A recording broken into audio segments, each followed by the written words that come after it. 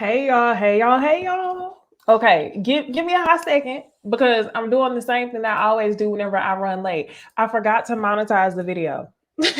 Give me like 10 seconds, okay? Why y'all give me the 10 seconds? I might as well go ahead and tell y'all today we're actually about to review Ladies Who List. I know I've been skipping like the last 2 weeks talking about Ladies Who List, but I still very much watch the show. The show is good and we're overdue for a conversation. Okay. I was even on Twitter tweeting about Crystyl's manipulative ass. Okay. She's very manipulative. Okay. But yeah, we back. All right. So hey y'all, it's Necey Dixon. Welcome back to my YouTube channel. If you are new here, welcome. If you are returning, y'all, welcome back. And I had to say welcome like that because I got this mug for my birthday from a friend. And I think that is cute AF. You can't really read it. It says, come on, exhale the bullshit. Okay. This mug is so cute and it's such a mood, especially on like a Sunday. Okay. I know like between like church, between your meditation, between whatever you do, y'all, like this mug is going to get you right on a Sunday before you have to start out your long, chaotic week. Exhale the bullshit. So I figured I would pour myself a cup of tea. I got my little peppermint peach combination on deck while we have this conversation. So, first and foremost, y'all, okay, do me a favor. Next time I have these intros and my intros be long, I always say, okay, first thing, or I always say last thing. Y'all go ahead and responsibly take a shot from me or take a sip from me every time I do that, okay? So that's at least like 2 or 3 times. Number one, thank y'all for turning what is usually brunch at Necey's to my dog is eating his dog toy. Brunch at Necey's to dinner at Necey. So shout out to y'all who are already here. Hey T, she's like, girl. Well, she was excited. She commented on other posts saying she was excited that we were doing this later since she talks about football or she watches football. Hey Alicia, hey Rachel, hey Brittany, hey J Dub, and Keisha, and then Kimberly. Thank you so much, Amadou. I hope I said your name right. For the super chat, I appreciate it. And the subscription, y'all, because y'all already know we on the road to 10,000 and we are not far from 10,000 subscribers. So y'all better go ahead and hop on board so y'all can be like, yes, I'm a squad before she hit 10K. Ain't nothing gonna change, but y'all know I'm just hyping shit up. Hey, Shell, hey, Harold, Apple, and TT, okay? I appreciate y'all going ahead and joining the chat. So today, we are about to go in regular order of events. We're going to talk about Ladies Who List for the pregame, and then ultimately, I'ma do. Okay, and then ultimately, we'll end up talking about Ready to Love. Y'all, Ready to Love, this cast is sexual AF. And I'm not mad at it because this is going to make for a really entertaining season, but just the language between the couples is so much tension. Y'all know Bondi, she usually always says ready to F. Okay, ready to that's what they be ready to do. And it hasn't been more apparent until this season. Last thing, y'all, last thing that I'm going to announce before we jump in, because I almost forgot. Last thing that I'm going to announce is me and Bondi. Me and Bondi will be going live tonight at 8 p.m. Central Standard Time. And we are going to be talking about the Let's Talk About Bill Cosby documentary series that premiered on, I think it was Showtime. So if y'all love my documentary conversations, y'all go ahead and meet me on bondiblueshow.com at 8 p.m. Central Standard Time, right after we have this conversation. I'll hopefully have a picture like uploaded by the end of this live, okay? So let's go ahead and get into the conversation, okay? So I don't even remember what episode this is of Ladies Who List, but I want to say it's probably like halfway through because the girls was giving looks, okay? They were giving different looks in the confessional, and everybody was on Twitter talking about how good the girls looked at Q's party. But if y'all really, really want to be real, okay, all of the ladies look beautiful, okay? But Cristyl, you good for a damn power shoulder and some sneakiness and manipulative behavior. Okay. We knew you was going to come with that on deck. She came with a power shoulder. I was like, not really pressed on it in sequence. Okay. Crystyl's good for sequence. Robin was giving. Tiana's ponytail was everything. Tiffany, beautiful as always. Kira, could have came a little bit harder, was giving fast fashion. But Kiana, Robin, girl, they looked so cute. Even Robin in this confessional picture right here, when Robin had the silk press, she was just like, okay, Robin looked really good. When I seen this picture of her, I was like, oh yeah, that's my fave. If I didn't know it before, I have to say now, I think Robin is my fave. The look solidified it. Okay. So the episode starts out, and remember, y'all, we are at Tiffany's launch party for her law firm. That's where they left out. This show is good for some dang cliffhangers. And we see Kira and Robin both at Tiffany's party. And I guess Kiana decides to facilitate a conversation between the two of them. This is what I can't stand, okay? Individually, I like Kiana. But if we really look at how Kiana operates amongst the group, I feel like she's no different than Cristyl.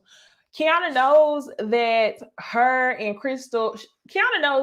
Cristyl has a motive to antagonize Robin. And instead of saying, no, this is wrong, she's complicit with the entire thing. So that's why I'm just like, Kiana, I'm looking at you sideways, okay? Even whenever you tried to act like you were facilitating the conversation, you were not facilitating the conversation, in my opinion, Kiana. It was very much so, she was treating Robin as though Robin was the issue. And that as long as Robin behaved, everything would go good. And I'm just like, you real cute, Kiana, but I don't like that.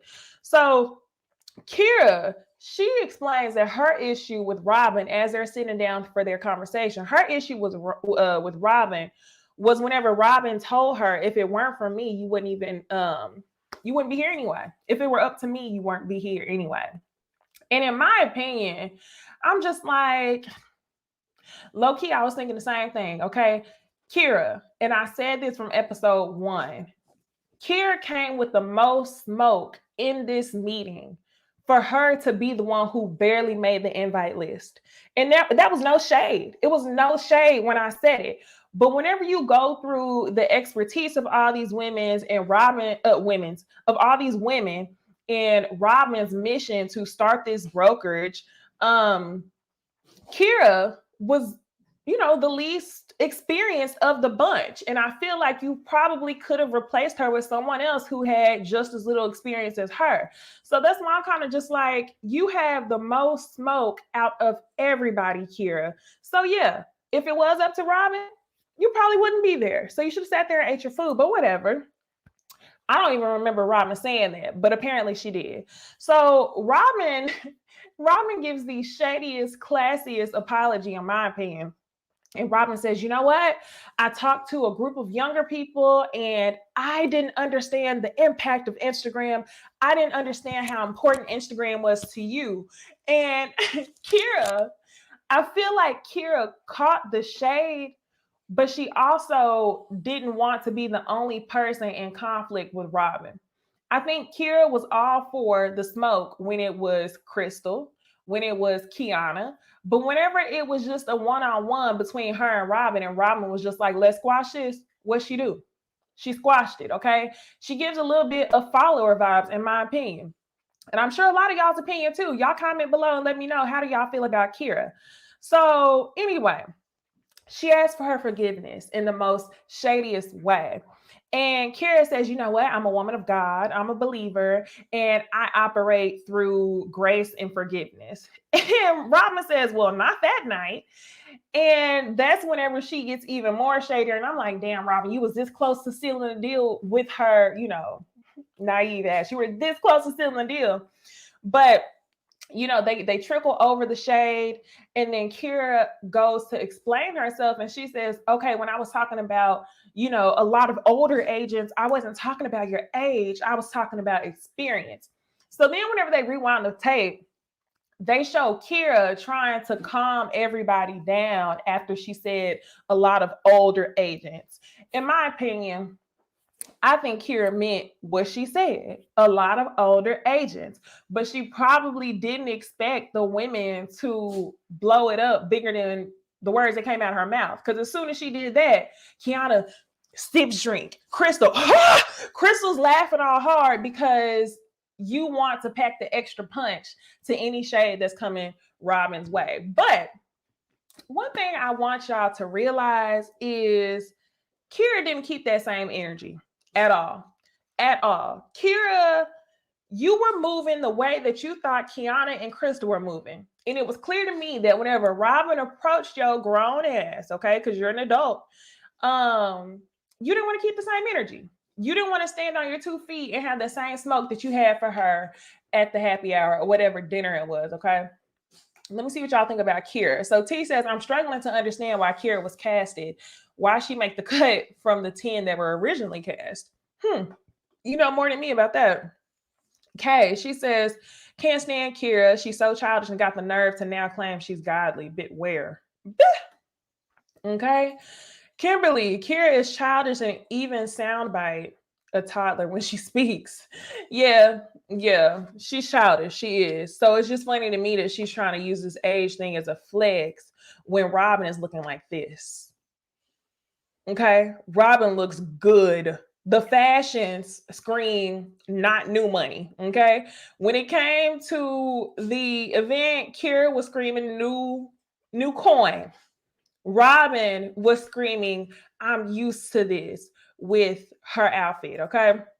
So, anyway, let's move on. I already told y'all what I thought about Kiana. Kiana was like really trying to regulate what Robin did in that conversation. And it was irritating because I'm like, Kiana, your friend, the professional, was the one who was ready to take her shoes off and fight in public. But yet, you want to make sure that Robin's hands are in the right place at the right time. I peep exactly what you're doing, Kiana, all the way. So next, y'all, we get to see a little bit of client action. We see Tiana with her client, Kieran Fox, who's a retired NFL player, and he's basically just looking for a bachelor pad. So she's trying to sell the home because her client is the one who owns the home and designed it. And in my opinion, y'all, I think the house is really cute, okay? And I'm that type of person who be on Zillow just for fun. I travel to a new city, I'm looking up how much the houses cost. Just because I'm like, could I live here? I do those types of things all the time. So whenever she said 2.8 for that contemporary home, yes, I knew that contemporary homes were hot in Atlanta because majority of the people have the old money homes. Old money, just think about your favorite reality stars. Think about Portia, her house is old money. Think about the ladies from Married to Medicine. A lot of them have the older money houses, but not necessarily the contemporary homes.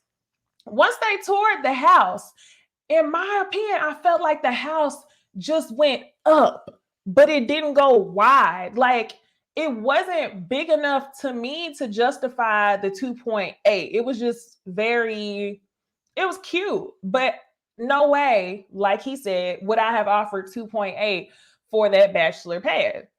So he ends up, we can go ahead and wrap him up. He ends up offering 1.9, which is it was 2.7, whatever. Same thing. He ends up offering 1.9, which is way under what her client has the home listed at. The home has also been on the market over 30 days.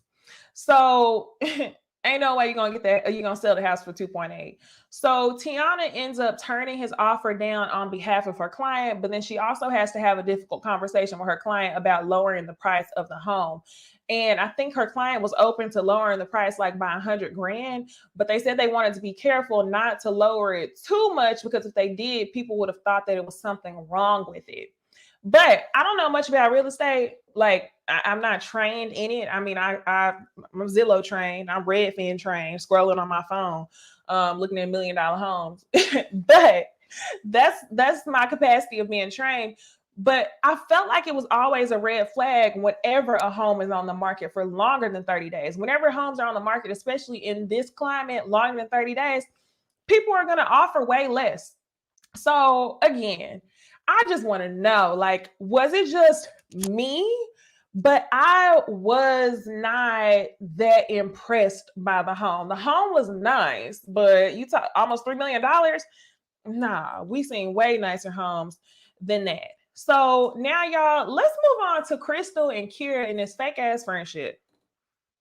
Let me go ahead and sip my tea, my exhales the bullshit tea. I gotta exhale the bullshit right before we get into talking about Cristyl. So next, y'all, Cristyl, she invites Kira to go, have a little tasting somewhere so they can spend some quality time together. Remember, y'all, last time they actually hung out, Cristyl was trying to take a portion of Kira's closings and be her closing attorney, even though Kira already works with Tiffany. So that was pretty shady to me because from day one, when we first were introduced to you, Cristyl said something like, well, I don't think that we should do the brokerage thing together because, it's we only need one closing attorney, right? But now that the brokerage is not in question, Robin's plan didn't work. Now you think that Kira has enough business to share between you and Tiffany. Very odd, but whatever. You're sneaky and we peep it. Next, y'all, they're talking. They want to have a personal conversation. Cristyl wants to kiss her ass so that way she can get her business. And they're like, what are we toasting to? Are we manifesting the husbands or boyfriends? And they're like, I'm manifesting a husband. So Cristyl ends up telling a story about how she met with an old friend and that he is making her consider a polyamorous lifestyle. And she ends up asking Kira if she would be interested in coming to a poly party with her. And now, y'all, Kira has already claimed up and down that she's a God-fearing woman. So I don't think that Kira is interested in a polygamous relationship, but she says, no, I'm good on it. I'm praying for one. I'm not coming with you to this party. Now, y'all, while this scene was supposed to just be a filler, I feel like this is very much on brand with what we know about Cristyl. In my opinion, I feel like Cristyl is extremely insecure, but she uses her success to try to make it seem like, she's that bad bitch. And I feel like it takes a specific type of person. I'm not saying that people in polygamous relationships are insecure and they have to share. It takes a specific type of person to be able to maneuver throughout those relationships confidently. You have to be 100% secure in what you have going on, and Cristyl does not. So I feel like this is on brand for Cristyl to have a man convince her that maybe I could share him. Okay. Maybe I could share him. Very on brand, Cristyl, because I'm just like, I don't see it. You haven't seemed secure enough this entire series, in my opinion, to be strong enough to be in a polygamous relationship. That's just me, though.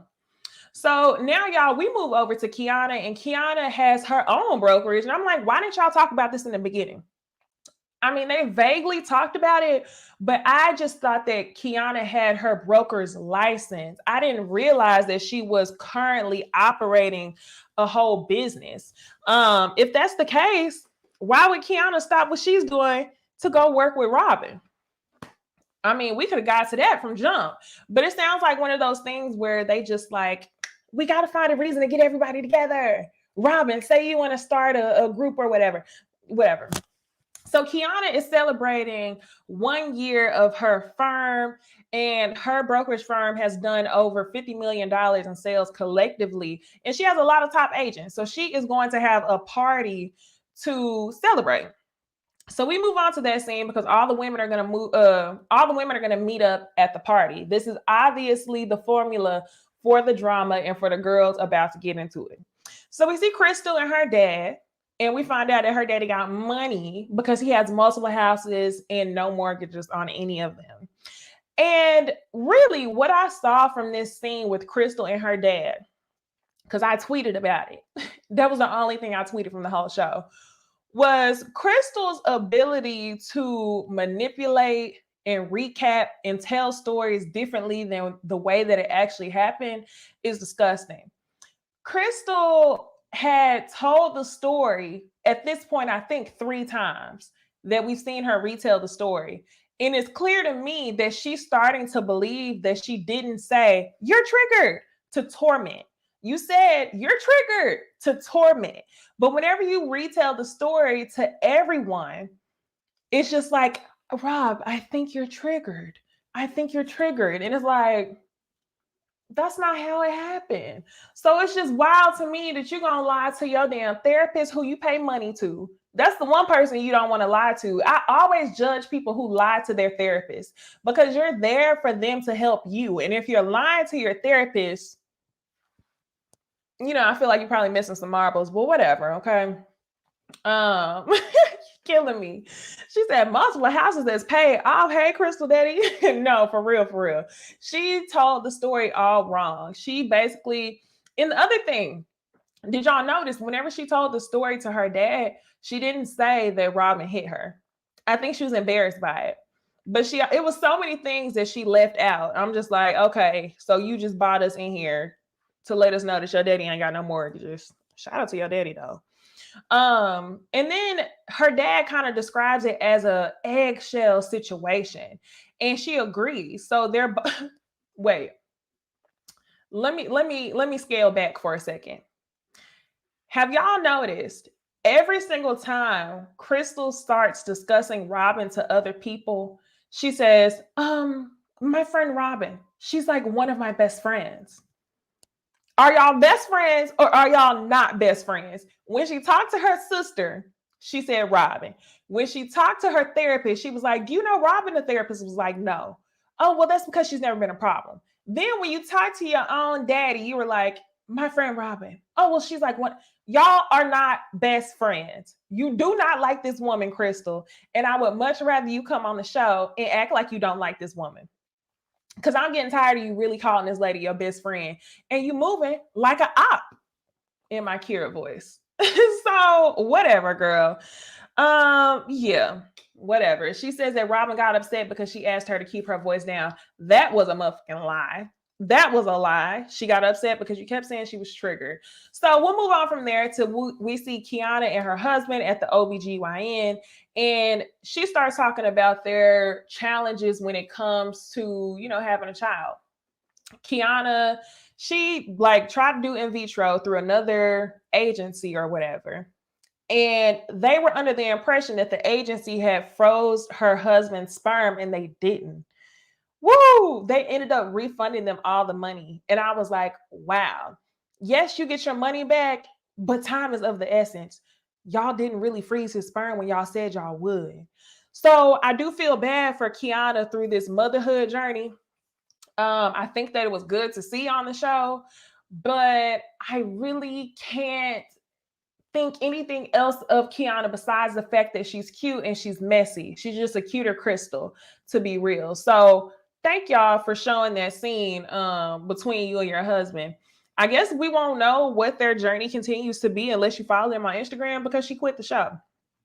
So next, y'all, we see Robin and a client. She's getting ready to sell a man cave. It was cute. Whatever, $1 million. Next, y'all, it's time to get on to the party. And whenever we talk about this party scene, this is when everybody starts talking about the fashions. As I said in the beginning of this live, the only fashions, in my opinion, that was worth saying something about was Robin. Robin was cute. Kiana was very cute as well. Kira, whatever. So yeah, Kiana, this is another time where I felt like she was big time trying to regulate and also antagonize Robin. Robin knows what's going on. I think Robin is just operating very smooth. She knows that her friendship with Cristyl is already done for, but she doesn't want to cause a rift with the entire group. Robin is smart enough to see that Kiana is still antagonizing her. Now, Marcy says Kiana isn't going to mess up her brand. Facts. She's not going to. But what I feel is, even when it came down to Tiffany's party, you were willing to have the conversation when it came to Tiffany's brand at Tiffany's event. And the entire time, you were regulating and policing how Robin behaved herself and not Kira. And Kira was the girl who took her shoes off ready to fight. Weird. So all the women are there talking, and everybody's like, what are you going to do? Because Crystyl's probably going to show up. And Kiana says, we don't want the drama. So Robin, I don't want you to talk to her here. I don't think you should talk to her here. Don't do that. Well, what do you know? Cristyl pops up from behind them, and they're just being so fake. They end up hugging. Hi, how are you? And they end up having a conversation next week. They sit down on the couch, and Cristyl says something like, oh, I've been blocked. You haven't been answering my phone calls. And Robin says, well, your number's not blocked. So this whole time, y'all, there's been a miscommunication about whether Cristyl was blocked or not. Remember, y'all, last episode, Robin said that she didn't get any calls from Cristyl. On the other hand, Cristyl was saying she was blocked. So as much as I love Robin, she was lying. Okay, because whenever Robin said, well, your number's not blocked, that gave us room to insinuate that, yes, I know you called me, I just ain't been answering the phone. But you know what? Even though that was a lie, Robin, we don't give a fuck. We don't care, because I wouldn't have answered the phone from Crystyl's trifling ass either. At all. Okay? Y'all, we got one more show to talk about. They left us on another cliffhanger. We're about to get into Ready to Love, okay? So that was a cute little pregame, right under 30 minutes. Y'all do me a favor and like this video up if y'all are ready to go ahead and talk about Ready to Love.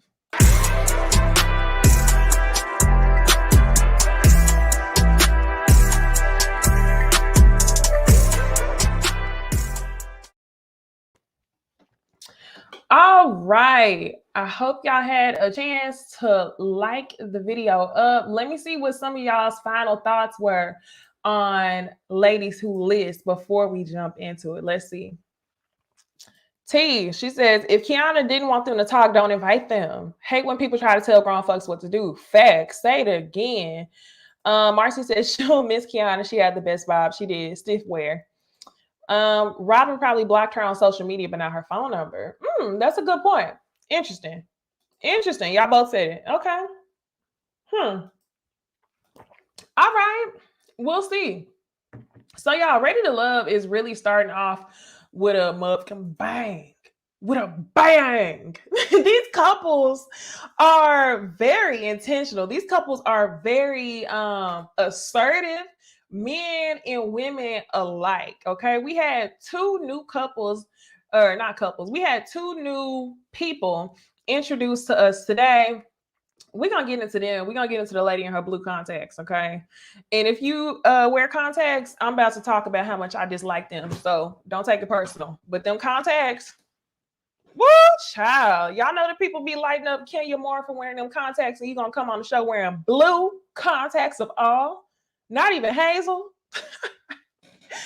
All right, y'all. So the episode starts off with the couples, and they're at a brunch date. We see Clifton and Joy talking. And I'm like, okay, remember at this point in time, y'all, Clifton and Joy are each other's number ones. So we see them talking. We also see Tiffany and Wiley having a conversation. And when we do, Dakia ends up coming over. Tiffany is feeling some type of way about Dakia coming over. And I have more pictures, so y'all won't get lost on who I'm talking about. Just hold tight. Tiffany gets annoyed when Dakia comes over, and I'm like, what are you so annoyed for? J-Dub, he said I wear contacts. Well, buckle up. I can't. You know we friends, okay? You know we friends.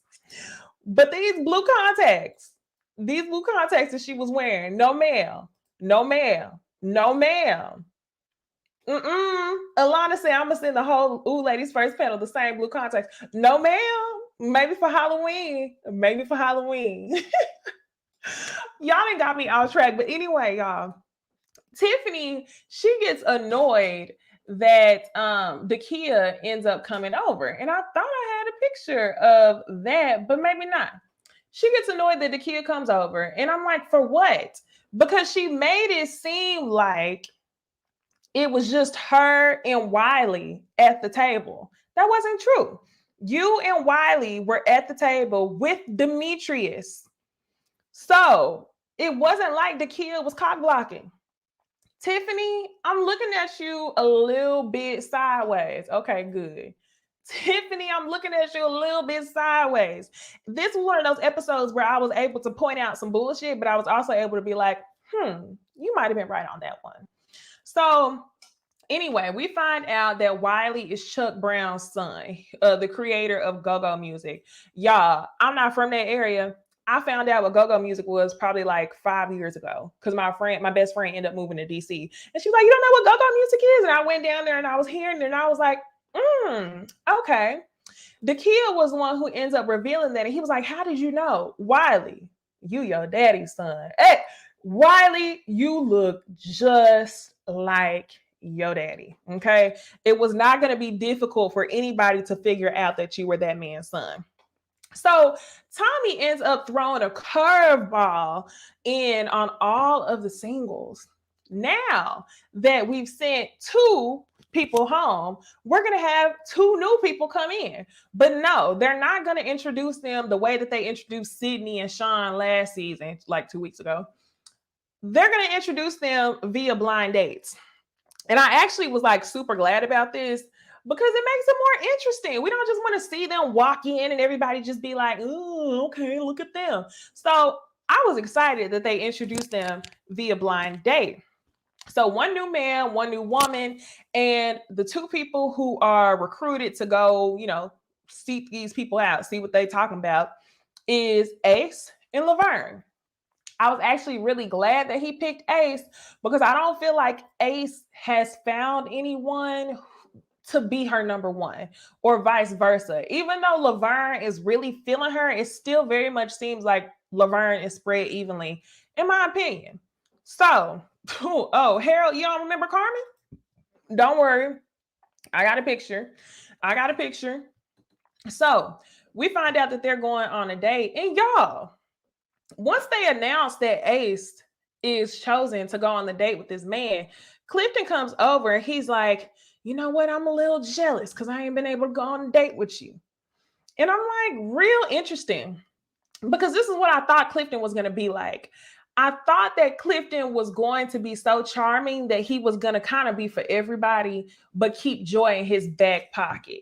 For real. I knew he was going to keep Joy in his back pocket, which I can't be upset at because I usually light people up every single season whenever they find a connection and they sit on it. So I have to say they're doing right, but I feel like it'll be fine as long as Joy is on the same page as Clifton. Don't play yourself, Joy. Do what Clifton is doing. So once we hear that, I'm like, interesting. We also see Dakia and Demetrius. And if you want to see what they look like, Dakia is in this yellow dress right here, and Demetrius is in the burgundy color suit.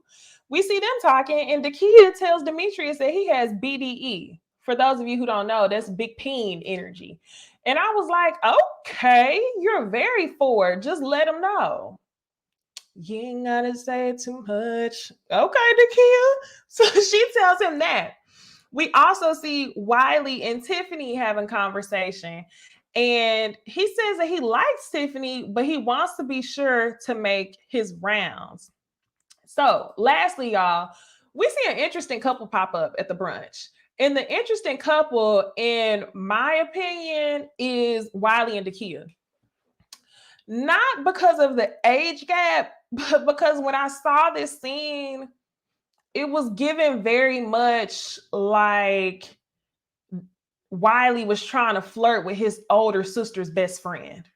Y'all tell me if it was just me, but even the way that Dakia was responding to Wiley was very much like, boy, if you don't go get out of my face, boy, go sit down somewhere. Like, it was very much giving that he was flirting with his older sister's best friend.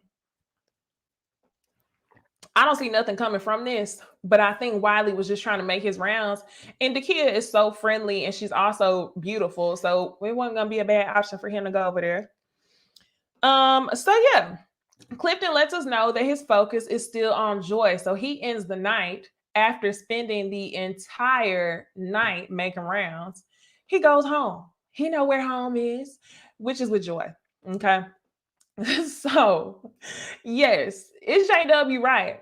Dakia does look like she could be his auntie. And that's not by saying that she looks old. It's by saying what I said. He looked like he was flirting with his older sister's best friend. She definitely was like, "Oh, you give me them eyes, boy. Like, get out my face." Yes. So let's move on to the blind date so I can go ahead and introduce y'all to the couple. So first, y'all, let's talk about Carmen. Carmen is pretty. It's something about when I saw when I saw Carmen in her confessional in this middle picture right here, I was like, something's weird. I didn't know if it was the highlight or the contour or the what. Ayana, girl, yes, is giving Liz and Jason. Wiley and Dakia is giving Liz and Jason. But yeah, yes, T. It was the nameplate necklace as well. The big ass nameplate necklace.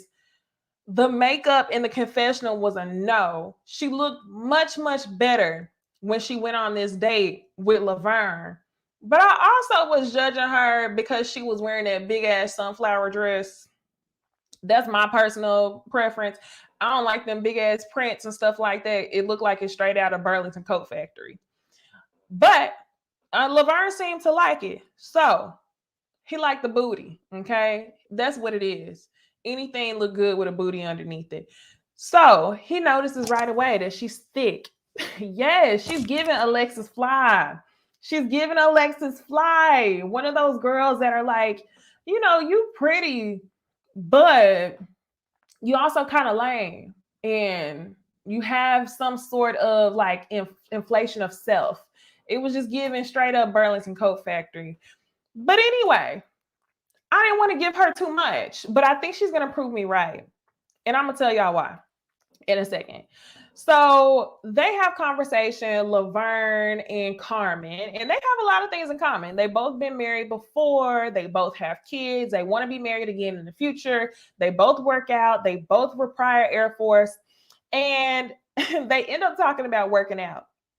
And what was funny to me was, listen to this. Laverne was like, yeah, I work out. And Carmen said, yeah, I work out 5 days a week.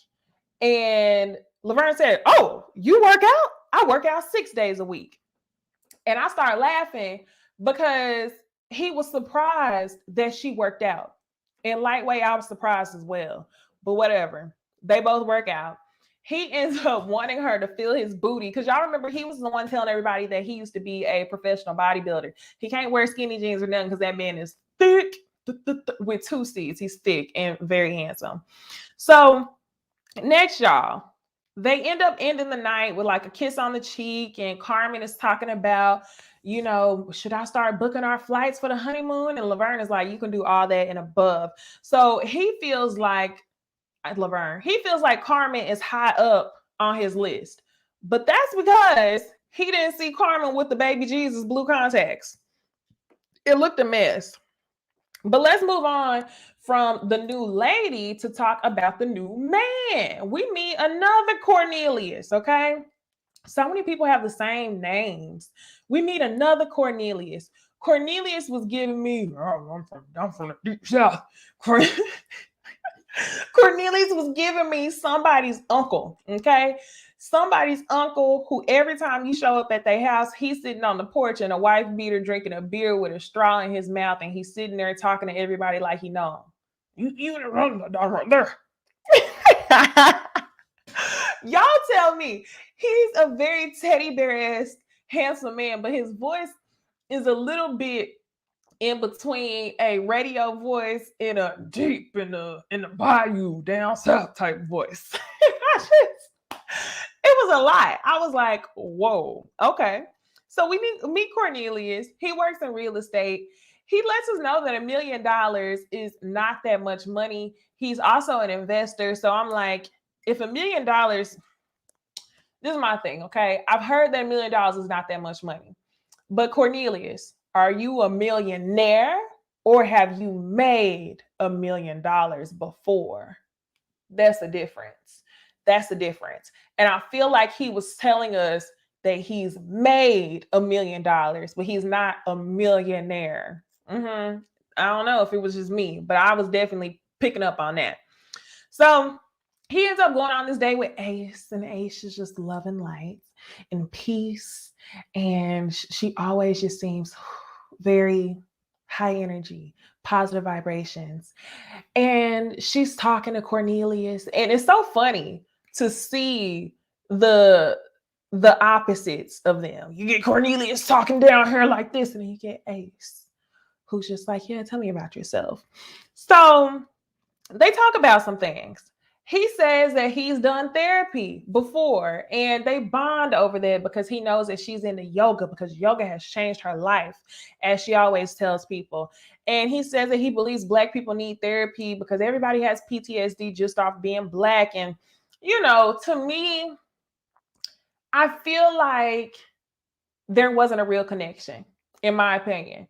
I think Cornelius knows the name of the game. And a lot of his conversation choices were geared around mental health because he knew that that was something that she'll resonate with. So 3 things that he said was important to him was sex, good sex, money, and peace. And, you know, Ace seemed like she was a little bit excited by that. So I'm like, okay, this is cute. And then whenever they got ready to leave the date, they hugged, and she turned around and said to him, watch me walk away. Watch me walk away. The other thing that I want to call out is that Cornelius has never been married before. He said he's been close to it, but it never happened. But I don't think that they had a connection. J-Dub says Cornbread and Ace didn't have a connection. I don't think they had a connection. Hey, Mar? No, they didn't. It's very similar to how, think about it this way. Y'all remember last season, whenever Sean came in and he was brand new, and his first connection was with Aisha, but Aisha didn't want to have kids. So when he went on the date with her, he told her, well, maybe I'm open to not having kids, even though he knew he wasn't. He knew he just had to get his foot in the door, had to get his hand wrapped around something in order to stay relevant on the show. And that's exactly what I feel like Cornelius is doing. Yeah, I have to agree with you. T, she says, I don't see Ace having a connection with nobody. Not like that. No, I don't see her having a connection with anybody either. Not like that. Even though Laverne thinks the world of her, I don't think it's going to be enough to pique his interest or keep him entertained, because he seems to be a little bit of a free spirit. So we move on from that date to, we see Joy and Paul on a date, as well as Dakia and Clifton. Dakia and Clifton is one that I wanted to see. Joy and Paul, this little date right here, Paul is a fool. He is the clown of the season, but he hasn't really done too much clownery. We're going to talk about what he did this episode, but I have to compare it to clowns of seasons past. So like a Corey, for a Troy. And I feel like he's very lightweight clown in comparison to the other ones. So we see Joy and Paul. Paul remembers her drink. I'm like, okay, smooth operator. And Joy says that she was actually looking forward to the date. They end up talking about if she wants to settle down in one location, and she says that honestly irks her, like just the phrase settle down, because she travels, she does music. Ultimately, the date is pretty dry. She says that her connections are stronger elsewhere. Now, while I agree with you, Joy, I just have to say, make sure that you are spreading your eggs. Don't put all your eggs in one basket. Don't do that with Clifton just yet, okay? Because Clifton is still definitely exploring, I feel like, a little bit harder than Joy is. While we do see Joy participating in dates, Clifton is investing himself in these dates, whereas I don't feel like we've seen Joy do that. So Joy's like, yeah, he cool, whatever, but this ain't it. So now we see Clifton, and speaking of Clifton investing himself heavier in these dates, we see him do that with Miss Dakia. So they end up having conversations about premarital sex, and they both are on the same page where they want to text drive the car before they actually put a ring on it, before they actually get the title. And they both seem excited by that. This is what I'm talking about by this season's group of people being a little bit more assertive. And he says after the day that joy is still his number one, but he can have a lot of fun with Dakia. But y'all, hold on. When the day was over, they got ready to hug. Dakia said, "Can I have a hug?" And he said, "You can have whatever you want." And I feel like he wanted a kiss. Y'all tell me if I'm tripping or if y'all even noticed it, okay? Tell me if y'all felt like Clifton wanted to go in for the lips. Because whenever he said to her, "You can have whatever you want," she said, "Boy, don't say that." And he picked her up off the ground. Y'all know y'all ladies love that. Y'all know y'all love a big man. I said, y'all. You love a big man to pick you up off the ground and make you feel like you this little. And that's what Clifton did. He definitely is playing the game to perfection. Yeah, low key. The more often, like, once I saw Clifton this episode, the first episode, I was like, "Oh, Clifton is so fun." And then once I saw him this episode, I was like, I'm used to Clifton. This episode, it was Laverne for me. It was Laverne for me this episode. So next, y'all, let's move on to the group dates. It's time to move on to the group dates. So now, y'all, the first group date that we see P.O./Paul, Cornelius down here, down south Cornelius. We see Tiffany, Sabrina, and Precious on the date. Sabrina really didn't seem to stir up a lot of noise, which I'm surprised. Maybe she will later on in the season because she is casted as the golden girl. And when I say the golden girl, I don't mean, what do you call it? Not the golden girl. It's a word. Token. Sabrina has been casted as the token of the season. And every season, they have somebody like that. Yes, Erica. Clifton did do that to Joy as well. You can have whatever you want. Sabrina is the young, pretty thing. And the young, pretty thing always has say-so in how other relationships play out. So I'm honestly surprised that we haven't seen that happen just yet, but I think we're going to get there. So even though Sabrina was on this day, we didn't see a lot of activity from her. So they're playing ping pong. It looks like they just had them go to some type of game room. We see Paul and Precious having a conversation, and this scene kind of made me feel like Precious was not going to make it long unless her and Paul end up settling on each other. Because in her conversation with Paul, to me, it seemed like she was the one making all the efforts. And I was like, with Paul, we didn't see Paul thirst over everybody pretty much and be very assertive with everybody. So in the scene to where I saw Precious being a little bit more assertive with Paul, I was just like, why? So they joke about liking it a little rough. Y'all, this cast is lusty as fuck. Next, we see Tiffany, Sabrina, and Cornelius having a conversation. And this is the part where I want to discuss. This is the date where I feel like we could have good conversation about what happened with Tiffany. There's so many different ways to look at it. So y'all let me know. So Tiffany and Cornelius are playing ping pong. She's trying to get to know him a little bit better. And she ends up asking him, "Are you open to marriage?" And he says, "Well, it depends on which way you look at it. Some people want marriage. Some people don't need it. I can go either way." And that's where Tiffany then says, "Well, I just want to let you know right now, I want a husband." She put her ping pong thing on the table and was like, "I want a husband." And for whatever reason, Clifton, I'm going to tell y'all what the reason was, but let's just play dumb, okay? For whatever reason, Cornelius was taken aback by this. Cornelius felt like it was negative energy for her to say that she wanted a husband, and negative energy for her to bounce the ping pong on the table very lightly. And low key, y'all, it was in this moment that I knew that Cornelius was full of shit. It was in this moment that I knew that Cornelius was a playboy. Yes, like J-Dub said, a fuck boy. It was in this moment that I knew that Tiffany had done nothing wrong, but Tiffany was letting you know that she clocked your bullshit where you said, it could go either way. trust and believe. No woman who intentionally wants marriage is going to waste time with a man who says, well, if she wants marriage, we can be married. If she don't, then we don't. No. I feel like she was letting you know that y'all want two different things, and that was that for her. Nothing about it was negative to me. And he looked so uncomfortable when she said it. And I was just like, boy, you full of shit. Y'all agree. Y'all agree. Mm-hmm. Yep. Y'all agree. He was full of shit right then. And I was like, this is why. This is why you've been close to marriage, but not necessarily married, because you don't want to be, because you still want to play. So he caused that negative energy. Let's see. Good, interesting comment. Let's see. I think it was Tiffany's tone of voice and delivery and facial expressions that I interpreted as negativity. Her assertiveness and wanting marriage is understandable. I don't think that she had any facial expressions. Not in her statement to Cornelius.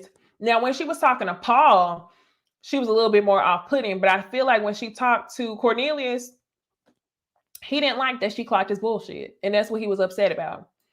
So next, y'all, while we're also on this group date, we see Tiffany speaking to Paul. She goes over to the table with Precious and Paul. And Paul starts asking her all these tell me about a time ass questions. Tell me about a time when you were faced with a challenge. Tell me about a time. No. If you had to name your life in a movie, what would it be? No. Okay? Do not waste my time. And Tiffany, I felt you on that. I'm just like, Paul, he thought that these questions were good. She didn't want to entertain them. Like, I'm not about to sit here and do these tell me about a time ask questions. I'm not on an interview. And I felt her on that. Paul didn't like it. So there were two things on the date that Cornelius and Paul were both hung up on. And to me, I don't think that she should have went home. But we're going to talk about the way that she acted when she did get sent home. I was just like, Tiffany, I don't know about it. Maybe you shouldn't have went home this episode, but eventually you was going to have to get the boot. So now, y'all, let's get into the group date. The second group date is Tori with the locks. We see Joy, Ace, Carmen, and Clifton. And immediately they see the new girl, Carmen. I hope y'all are looking at this second picture right here. They see the new girl, Carmen, and Clifton, very similar to Laverne, is attracted to her because she's thick. But he calls out the contacts. Girl, she got these bright ass blue contacts in her eyes. Her eyes are, and look at this picture right here, y'all. That's not a natural facial expression. Very much Carmen to me was giving, I want you to see these eyes. I want you to see what you think. I want you to see these eyes. I want you to see this real hair. That's what Carmen was giving. Yeah, it was uncomfortable. It was uncomfortable. Bonnie said she thought the questions were interesting. It was Aggie. Oh, and she was Aggie. That is too funny. We're going to talk about that on Thursday. I did not think so at all. Tell me about a time. But yes, her blue eyes were way too much to me. And it was right then in that moment, Marcy, it was in that moment that Clifton was like, nah, I'm going to pass on it. Like the contacts can go, but he still was going to pass on it. So meanwhile, while she's there in these gas station ass contacts, she's there saying that she's not into Tori's locks. Judging, but not judging, is what she says in the confessional. She also talks about how much she gossips and how she pretends that she doesn't know anything. And then she also talks about how when she was golfing and Clifton was standing behind her, he wanted her to hold her hair. I mean, she wanted him to hold her hair because she wanted him to know that her hair was real. She said, because it's not too many women on this show with real hair. You still got them blue contacts though. Girl, no. It was something about Carmen to me that reminded me of, especially growing up in suburbia, reminded me of the black girls who, they was a little bit closer to this side, but then they will wear the sew-ins and they leave out would be about this long and they edges would be about rolled up, but they would still have this grandiose attitude about them. And they thought that just because, you had a little bit of money, because you were on the right side of town, that you were better than, the pretty black girls with the lace sew-ins. Your shit was broke and hanging all up. Carmen, I'm not saying that you look like that, but I'm saying something about Carmen's personality type reminded me of the whack ass black girls, some of the whack ass black girls that I went to school with, for sure. Yes, she thinks that she's that she's more than what she is. I'm just like, So anyway, next, y'all. Clifton, we find out that he's been divorced for 2 years. He's having this conversation with Carmen. And while he's having this conversation with Carmen, Ace starts feeling like she started wailing, and she gets up and goes to the bar to have a drink by herself. Now, Clifton ends up coming over to check on her, but this is where I feel like Ace shouldn't have handled this conversation the way she did. When Clifton came over, I feel like he was just being friendly with Carmen, and it was probably awkward for Ace. So she gets up, she gets her own drink. Clifton comes over, obviously, because he ain't feeling Carmen like that. He like, whoa, whoa, whoa, whoa. This is supposed to be a 3-party conversation because I'm not feeling her like this. And he comes over and he wants to check on her. And when she does, she says, y'all were making connections and I'm just here to support y'all and y'all's connections. And when she did that, it was in that moment that I feel like she friend-zoned herself. You shouldn't have dismissed yourself from the possibility of you and Clifton getting along. Why are you supporting Clifton in this way? I support y'all when I see a connection being made. I'm like, Ace, you could be that girl too. Like, he's still very choosy for everybody. But I do like that Clifton came over to check on her. It was cute and all, but I feel like Clifton did it because he didn't want to be stuck talking to Carmen because he's not really feeling her like that at all. So next, y'all, we also see Joy and Tori. Y'all, Tori to me was giving me very much young boy when he was doing all of these like sexual, not indirect flirtiness. It was just like, slow down. Joy was giving grown woman. They were talking about sex. She said that sex is important to her. He said something about, what did he say? Something like, are you trying to touch, you like your kidneys being touched? That's what he said. He said, do you like your kidneys being touched? And I was like, what is going on? He was very direct, but Joy was not backing down. She was like, yeah. But he was like, I just want to get a deep understanding of you. And Joy says, deep, deep, deep understanding. And I was just like, okay. So now that we see the two of them joking sexually, can we skip to the part to where all the couples are in the hot tub? Because I definitely want to see some stuff go down. That's just me being messy. I definitely want to see some stuff go down. It's giving, like, I haven't seen the couples get sexual like this ever since Winter was creeping down to Jay's bedroom as a side chick like 2 or 3 seasons ago. So can we fast forward to that part? I'm like, no, sir. So even though he was being very sexual and Joy was entertaining it, she said that she felt like she would get her kidneys touched, but she would be missing all the meat and potatoes. And y'all know who got the meat and potatoes? That's Big Clifton. So she's like, he cute, but I ain't really pressed on it like that. So finally, y'all, the men meet up in the gentleman's lounge. And this is where they have conversations about who you feeling, who you not feeling. Tori says that he's feeling Sabrina. He's feeling Joy. Of course you're feeling Joy because you want to get up in her kidneys.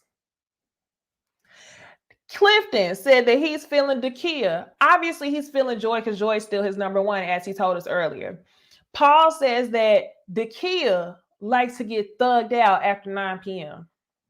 What are you talking about? What are you talking about, Paul? She liked to get thugged out after 9 p.m. And I feel like all the men in the room when he said that was like, what the fuck are you talking about? Sir, you so lame. Wiley says that he's feeling Tiffany, but he's also feeling Dakia too. So finally, we get ready to go on these. Oh, let me talk about who they aren't feeling. Let me not skip over that part. Who are you not feeling? Because that's the important conversation. Who are you not feeling? Laverne says that he's not feeling Sabrina because he called Sabrina on the phone. They had a conversation. And when they did, Sabrina was like, oh, I'm getting another call. Let me call you back. And she never did. I don't know if that's a reason for you not to feel her, but whatever. Paul says that he is not feeling Tiffany. Clifton is not feeling Tiffany. Tori says that he is not feeling Carmen. And he said that's just based on vibes. When he met her, there wasn't really a vibe. And I'm pretty sure he's right, because whenever Carmen was in her confessional, she said that she wasn't feeling his locks or his dreads, judging but not judging is what she said. So I'm pretty sure she dismissed Tori when she met him, not knowing that Clifton had already pieced out on her ass. But whatever. So Demetrius says that he's not really feeling, I think it was Ace. Wiley says he ain't really feeling Ace because he hasn't been able to get past her talking about yoga. And while they both say, oh, it's Ace for me, that's when Laverne speaks up. And Laverne is like, she is everything. She is Beyonce. She is Michelle Obama. She is Oprah. And I was like, what? See, this is the thing. This is the thing that I always feel like they gyp us on. Where has this energy come from, Laverne? I wish that they would have showed the connection that you and Ace have made. We always see you calling her your piece, but Laverne was speaking as though she was his number one, but we haven't seen any activity that would make it a number one. But whatever. So now, y'all, we finally get to the bottom two, and the bottom two are Tiffany and Ace. No surprise with Tiffany. I lightweight feel like they played her with coming up with a reason for her to be in the bottom two, but she would have been in the bottom two anyway. I just really wish, I really wish that why Laverne got to get a clown mask? That's funny. But no, I wish that they would have just been more honest with, I'm not really feeling Tiffany, instead of saying, oh, it was negative energy when she said she wanted a husband. And instead of her not wanting to answer, tell me another time, ask questions. So we see Paul and Tiffany on the date, and Tiffany showed up wearing a bunch of different colors.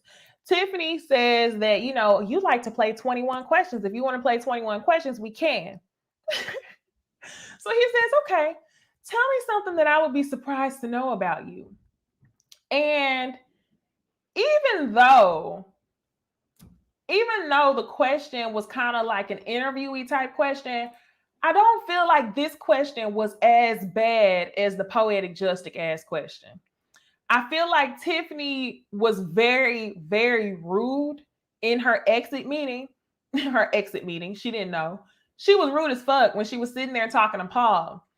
And she kept trying to code it in a smile, because she would say something and then I would be like, oh my gosh, is this going to take a turn for the left? Oh my gosh, is Paul about to say something? And then they would both laugh. And I'm just like, this is weird, whatever. So she gets upset. She's like, why are you asking me that? These are interview questions. This isn't an effing interview. And she cusses at him. And I'm just like, girl, calm down. So on the other side of things, we see Ace and Wiley having a date, and everything is just calm because Ace is calm. Ace is peace. And she says that she wants somebody who she can share all facets of herself with. Wiley says that he wants to start a family. And this is whenever we get into who is not ready to love. So let's pop up back and talk about Paul and Tiffany. So we find out that Tiffany says, me and the guys have gotten together. Paul tells Tiffany, and we've deliberated. We've decided that you are not ready to love. And she says, who's not ready to love? And this is where I'm like, this attitude is ugly. You would have went home regardless, Tiffany, but Cornelius upset me by trying to make it seem like, oh, her negative energy was off-putting. Paul is annoying as hell. And how much y'all want to bet this man probably asked her way more questions than what we saw? He probably asked her way more. Tell me about a time. Ask questions than what we saw. So this attitude was very ugly, Tiffany, but your ass would have went home anyway. So Paul says, come on, just give me a hug. And Tiffany says, no, I don't want to. So she gets up and she walks away and she gets mad. She's cussing, talking to herself. And she says, I think that he's just jealous that I didn't have a connection with him. Now, Tiffany, this show been on for, I think, 5 seasons at this point. I don't know if you've ever seen the show before, Tiffany, but that's not how that works. One man does not get the complete say-so on if you go home or not. And it's almost never based on if he's jealous or not. Multiple people have to deliberate and say that you are at the bottom of their list. So I don't think it's about him being jealous, Tiffany. It's not. So Wiley is talking to Ace. And one of the things that really stuck with me that I really liked that Ace said, and I saw a couple of y'all saying that Ace is not made for this show. She's not. Ace is not made for this show. She doesn't seem like the type of person to be into fast dating.